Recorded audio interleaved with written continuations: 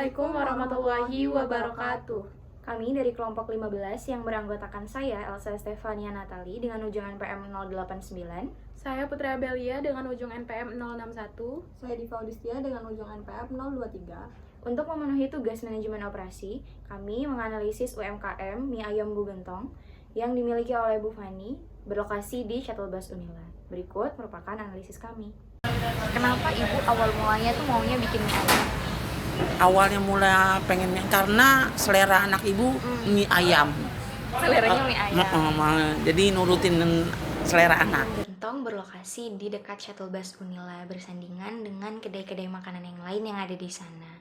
Bu Fani, si pemilik atau business owner dari mie ayam Gentong ini, sudah kami wawancarai dan menyatakan bahwa awal mula ia memiliki ide untuk membuka usaha mie ayam ini karena usulan anaknya yang merupakan seorang pecinta mie ayam dan kebetulan pada saat itu merupakan mahasiswa, sehingga ketika memikirkan ulang alasan-alasannya, mahasiswa ini lebih sering mencari makanan-makanan yang mudah untuk didapat dan cepat untuk disajikan karena mengingat mereka harus buru-buru masuk ke dalam kelas. Mie ayam Gentong ini masih terbilang kedai kecil, baru berdiri dari 2023, jadi masih terbilang baru, masih kurang lebih 1 tahun. Tapi dalam proses produksi dan juga operasionalnya ini sangat-sangat memperhatikan 10 keputusan manajemen operasi yang pada teorinya harus diterapkan di usaha atau bisnis yang memang mau dibuat. Setelah ibu bikin mie ayam, itu kan berarti usaha pertama mie ayam ya? Ada nggak merembet ke yang lain? Ada paling nasi ayam bakar. Bu Fani menyediakan menu pada awalnya hanya mie ayam original bertoppingkan mie ayam cincang dan juga sayur-sayuran rebus. Namun seiring berjalannya waktu, sesuai dengan permintaan dari konsumen juga, akhirnya Bu Fani memutuskan untuk menambah menunya lagi menjadi mie ayam pangsit dan juga mie ayam bakso. Untuk minumnya sendiri belum terlalu bervariasi, hanya menyediakan air mineral dingin dan juga yang biasa, ada es teh dan juga es jeruk. Karena Bu Fani menyatakan bahwa jika ingin menambah menu lagi, itu memerlukan modal yang lebih besar lagi, maka untuk waktu dekat ini hanya inilah menu yang mereka miliki, namun berjalannya waktu nanti makin dipertimbangkan untuk menambah menu-menu baru. Sebagai business owner yang punya bisnis, terus ngelakuin semuanya, ngerjain semuanya kan sendiri ya Bu? Betul. Gak ada karyawan. Itu kan biasanya kalau satu tangan yang bikin kualitasnya bakal terjaga tuh Bu, rasanya bakal sama terus. Pernah nggak Ibu sekali menemukan misal kayak, Bu kok rasanya beda ya sama kemarin gitu, atau misal kayak anaknya bilang, Mama kok beda sih rasanya sama kemarin? Belum sih. Belum pernah ya Bu, Belum pernah berarti sih. mutunya terjamin ya Bu, kualitasnya Ibu sama. tuh kalau nggak ada salah bapak itu kalau yang bikin kalau salah satu bumbu tidak ada, itu pasti nyari kemana. Kalau nggak usah buat. Bu Fani ini dan juga suaminya sebagai business owner atau pemilik sekaligus juga pembuat atau semua kegiatan produksi ini dikerjakan oleh Bu Fani dan juga suaminya karena memang masih kedai kecil jadi mereka belum memiliki karyawan. Nah, karena dikerjakan sendiri ini juga kualitas yang dimiliki oleh mie ayam Gentong ini masih sangat-sangat terjaga dengan baik. Resepnya juga digunakan dengan resep yang sama, yaitu resep Bu Fani sendiri.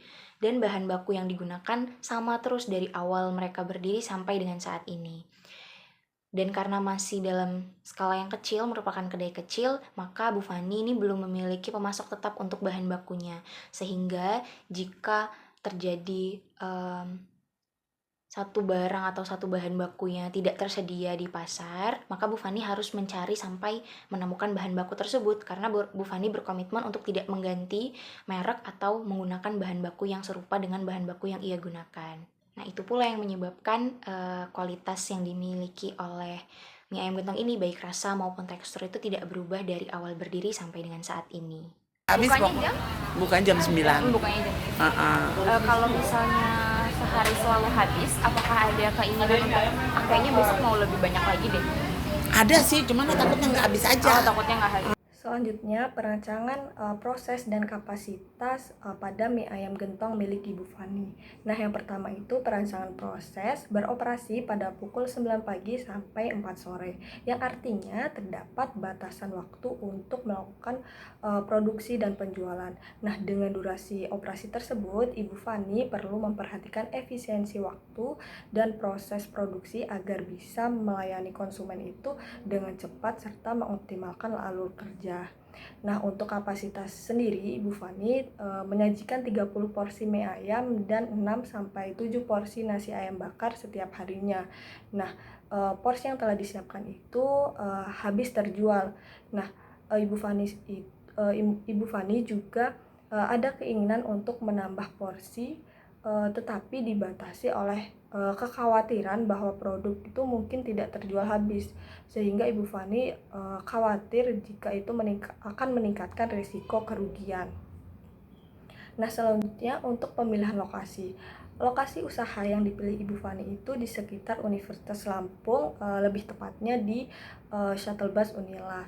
Nah, kenapa di situ? Alasannya itu karena pertimbangan target penjualannya itu adalah mahasiswa, yang menunjukkan pemilihan lokasi ini itu strategis dan memprioritaskan aksesibilitas ke konsumen.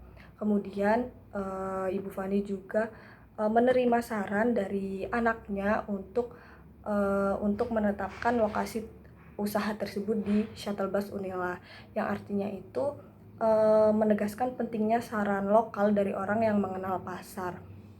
Kemudian Ibu Fani juga ada rencana pemindahan lokasi atau membuka cabang, itu masih dipertimbangkan, terutama karena keterbatasan tenaga kerja dan kekhawatiran terhadap penurunan kualitas jika dikerjakan oleh orang lain. Jadi ini menunjukkan Ibu Fani itu menjaga standar kualitas yang dapat dipengaruhi oleh pemilihan lokasi baru dan sumber daya manusianya. Jadi berdasarkan hasil wawancara dengan pemilik mie ayam gentong, ada beberapa poin penting yang perlu diperhatikan terkait tata letaknya. Pertama, itu area tempat duduk. Jadi saat ini jumlah kursi yang tersedia itu hanya sekitar 10 kursi, yang mana ini menjadi masalah terutama pada jam makan siang ketika jumlah pelanggan lebih banyak daripada kapasitas kursi yang ada. Jadi banyak pelanggan yang kesulitan, yang menyebabkan sebagian dari mereka harus menunggu atau bahkan pergi karena tidak mendapatkan tempat.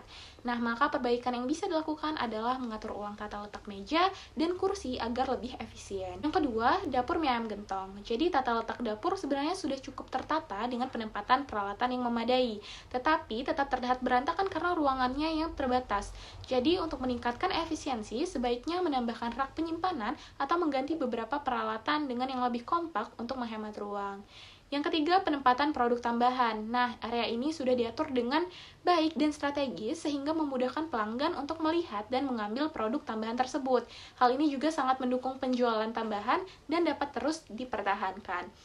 Jadi kesimpulannya, meskipun mie ayam gentong memiliki lokasi yang strategis dan populer di kalangan mahasiswa, ada beberapa hal terkait tata letak yang masih bisa ditingkatkan. Jadi dengan demikian, perbaikan layout ini diharapkan dapat mendukung pertumbuhan dan keberlanjutan bisnis mie ayam gentong ke depannya.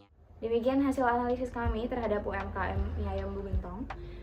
Kami harap dapat bermanfaat buat teman-teman sekalian. Kami akhiri. Wassalamualaikum warahmatullahi wabarakatuh.